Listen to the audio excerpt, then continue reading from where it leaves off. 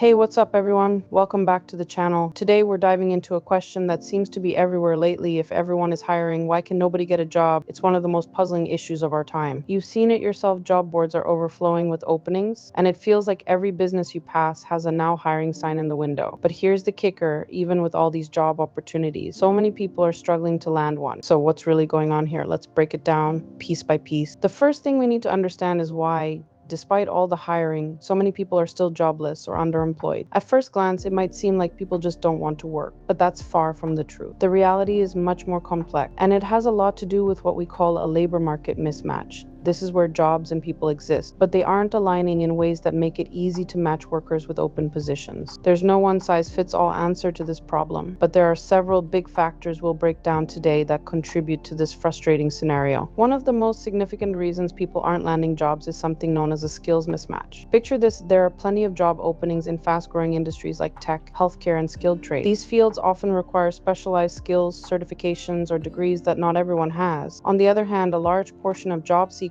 may come from industries like retail or hospitality, where these technical qualifications aren't needed. Now, this leaves a lot of qualified people feeling stuck, especially if they're trying to switch careers into one of these industries, but don't have the exact skills employers are asking for. And while upskilling is an option, it takes time, money, and resources that not everyone has access to, especially if they're trying to make ends meet in the meantime. This mismatch is a massive roadblock, creating frustration for both job seekers and employers alike, as each struggles to find the right fit. Next, let's talk about wages and working conditions. Even though jobs are available, many of them are offering low pay for work that's physically demanding, stressful, or involves long hours. With inflation soaring and the cost of living on the rise, minimum wage or slightly above minimum wage jobs simply don't cut it anymore for a lot of people. What we're seeing is that people aren't just looking for any job, they're looking for jobs that pay a livable wage. They want positions that offer them stability, benefits, and the ability to save a little bit, not just scrape by. On the flip side, some employers aren't willing or able to increase wages to meet these expectations, leading to a standoff, plenty of open jobs, but not enough people willing to take them under the current terms. It's a cycle that leaves both sides feeling frustrated. The pandemic has also completely changed our expectations about where and how we work. Remote work became the new norm for many industries, and a lot of people have come to love the flexibility it provides. Whether it's avoiding long commute, balancing family responsibilities, or simply enjoying the comfort of working from home, remote work has redefined what many people want in a job. But while some companies have embraced the shift toward remote or hybrid work, many others are pushing for a return to the office. That disconnect is creating a bottleneck in the hiring process. People are holding out for jobs that offer the flexibility they've come to expect, while companies sticking to in-person work models are struggling to fill those roles. So when we see so many positions open, especially for office-based roles, the lack of remote work options is part of the reason why they remain unfilled. Another major obstacle is the job application process itself, which has become increasingly automated and in some cases unfair. If you've ever applied for jobs online, you know how grueling it can be. You spend hours perfecting your resume, filling out lengthy application forms, and then waiting ...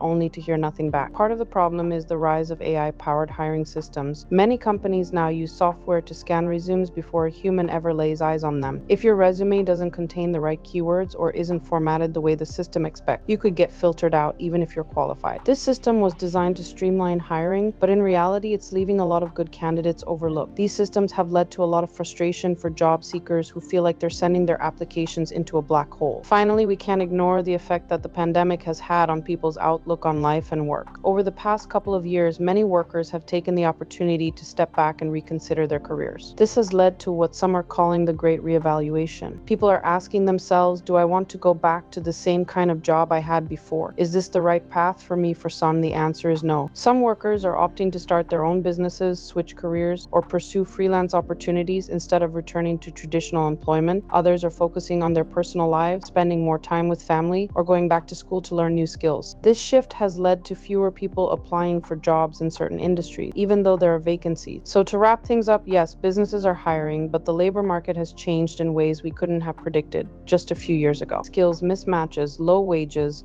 workplace expectations, automated hiring processes, and the Great Reevaluation are all playing a role in why it feels like nobody can get a job, even when opportunities seem abundant. What do you think? Are you struggling to find a job, or have you noticed similar issues in your job search? Let me know in the comments below. And hey, if you found this video insightful, don't forget to hit that like button, subscribe, and ring the bell for more videos like this. Thanks for watching, and I'll see you in the next one.